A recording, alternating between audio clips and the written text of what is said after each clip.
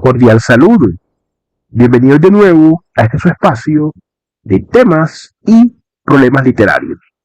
A veces creemos que porque un texto suena raro, complicado, difícil de entender a simple vista, utiliza ciertas expresiones, ya eso lo hace inmediatamente literario.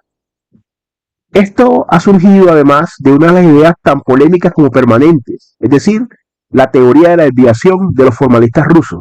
Pero, ¿cómo surgió esta teoría de la desviación? ¿Qué es lo que quiere decir? ¿Cuál es la importancia que tiene? ¿Qué críticas se le han hecho históricamente? Y, lo más importante, ¿cómo nos ayuda como escritores? Vamos a conversar brevemente sobre todos estos temas, no sin antes recordar que soy Sundiata Keita, escritor, miembro fundador del colectivo artístico Epísteme Colombia y su anfitrión en este su espacio. Pues bien, la teoría de la desviación, como su nombre lo indica, eh, quiere sencillamente significar, hacer el énfasis en que cuando las expresiones o cuando los giros del lenguaje se alejan de la norma, se constituyen en literarios. Esta es una relación que establecieron los formalistas rusos. Tenemos que tener en cuenta que para esta escuela literaria las definiciones siempre se basaban en una división entre un lenguaje poético y un lenguaje práctico, un lenguaje pragmático. Esta división ya la hemos abordado de alguna manera preliminar en el canal y ustedes saben que yo estoy en buena parte de acuerdo, pero hay que hacer también unos matices. ¿Cuál era la intención de los formalistas rusos? Que fue un apodo despectivo, peyorativo que le dieron algunos otros académicos. ¿Qué era lo que ellos buscaban?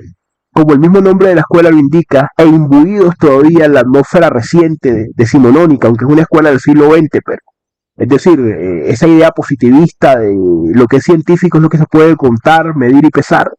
Ellos buscaban establecer, aislando mediante unos métodos que ellos consideraban científicos de manera rigurosa, todas las formas y propiedades específicamente literarias.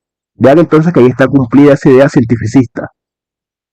¿Qué era lo que ellos consideraban y argumentaban? Como no hay un contenido exclusivamente literario, porque la literatura no es un objeto que usted encuentre por ahí en la naturaleza, ¿cierto? Como, digámoslo así, como elementos químicos, por ejemplo, que usted puede aislar y sintetizar y de alguna manera someter a ese microscopio. De todas formas, ellos no se rendieron en ese aspecto y buscaban entonces, teniendo en cuenta que no había un contenido que fuera exclusivamente literario, entre otras cosas porque el lenguaje se comparte es decir, con el hablante que no necesariamente está haciendo literatura. Su principal postura, su principal preocupación tenía que ver entonces en ocuparse del cómo más que del qué en cuanto al lenguaje. Es decir, para ellos el lenguaje literario era esencialmente un lenguaje desviado. ¿Eso qué quiere decir? La llamada literariedad, en dónde reside o en qué consiste, en que el lenguaje se aparte o se desvíe de los patrones lingüísticos que usted espera. Por ejemplo, si usted va caminando por la calle, no tiene un reloj, y usted le pregunta a alguien qué hora es, la persona le puede responder, son las 6:15, son las 6:30, son las 11:30, dependiendo.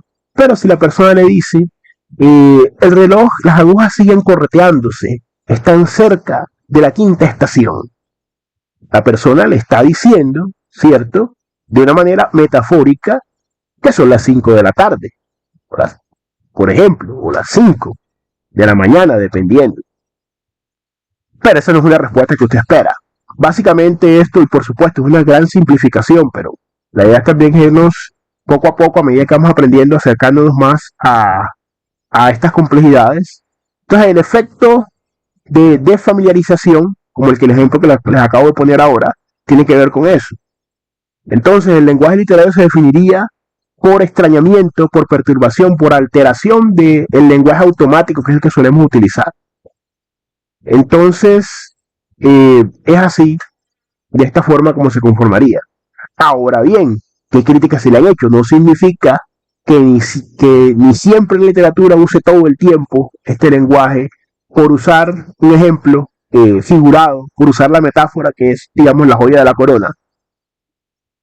Por un lado, no siempre, y no siempre cuando se usa una expresión de esa se está hablando de un lenguaje literario. Por ejemplo, cuando usted le dicen el cielo es azul es una frase normal, o el cielo está nublado. Son percepciones meteorológicas. Te puede decir también el cielo se fragmentó en añicos o en pequeñas piezas, eh, o se dividió en miriadas de zafiro. Hay una desviación, pero no necesariamente tiene que ser literatura.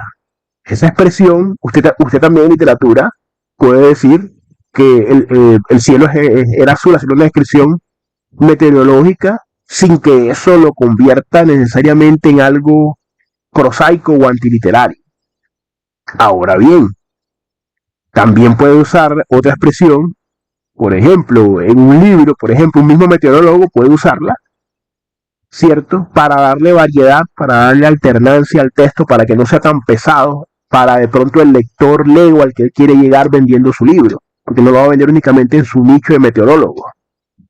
Por otro lado, si usted dice, por ejemplo, el escorpión hembra, aburrido, decidió, vamos a decirlo así, decidió copiarse a sí mismo para repoblar la tierra árida en la cual vivía, en un ejercicio de solitario que no implicaba un goce. Te puede decir, bueno, sí, ok, está hablando de una metáfora, puede significar muchas cosas, pero si usted se va al fenómeno científico, estos días yo veía estos canales de naturaleza y demás, y me gusta verlos. Hay un fenómeno de reproducción asexual denominado, yo busco el nombre acá, denominado partenogénesis. En esa partenogénesis hay una división asexual y no lo hacen todos los escorpiones hembras en eso, sino determinado tipo de escorpión hembra. Y ahí no hay una metáfora, ahí te está describiendo la partenogénesis. Que lo haya dicho de otra manera no implica necesariamente que haya una metáfora, porque es un fenómeno real. Podrían oponerse otras objeciones, que de hecho las hay. Ahora, una bien importante para ir cerrando. Si el lenguaje literario por definición se opone a un uso normal del lenguaje, como los formalistas rusos y como en general quien ha tratado, en un esfuerzo, por supuesto, de comprensión de la literatura, no es una crítica, ni mucho menos. Yo comparto muchos, de por lo menos, puntos esenciales, ¿no? Respecto al uso del lenguaje. A mí sí me parece que es diferenciador. Sin embargo, hay que también aprender a hacer unos matices. Porque, por ejemplo, lo que es normal, o lo que fue normal en 1915, el lenguaje normal ya no es el de 2015. Y el que lo fue en 1930 no lo será en el 2030. Es decir, la medida de normalidad del lenguaje, que es una construcción humana viva, tampoco es permanente y está petrificada como para que usted pueda siempre hallar cuál es la desviación de la norma. De hecho, hay muchas metáforas y muchas expresiones literarias que se han integrado al lenguaje común. Entonces, ahí hay una gran eh, discusión que nos enriquece. Entonces, como escritores debemos saber utilizar precisamente todo el tema de las metáforas, no porque estén prohibidas, como conversamos en un capítulo, tampoco llegar a ese otro extremo, pero sí entender que si bien la rarefacción es un elemento sustancial en la definición de qué es literario y qué no, no es un elemento, no es el único elemento, no es el elemento que sea necesario, o sea, cierto. Es un elemento que efectivamente va a aparecer mucho, pero por sí mismo no va a ser necesario en todos los casos, sí es necesario a nivel general, pero no en todos los casos, ni suficiente, no es un elemento suficiente siempre. Entonces, como escritores debemos tenerlo en cuenta a la hora de elaborar los textos. De todas maneras, déjanos saber tus inquietudes, por favor, si lo consideras suscribir al canal, comparte el contenido, comenta, es importante. No siendo más por el momento, nos veremos en otro episodio de Epístola de Colombia Literatura.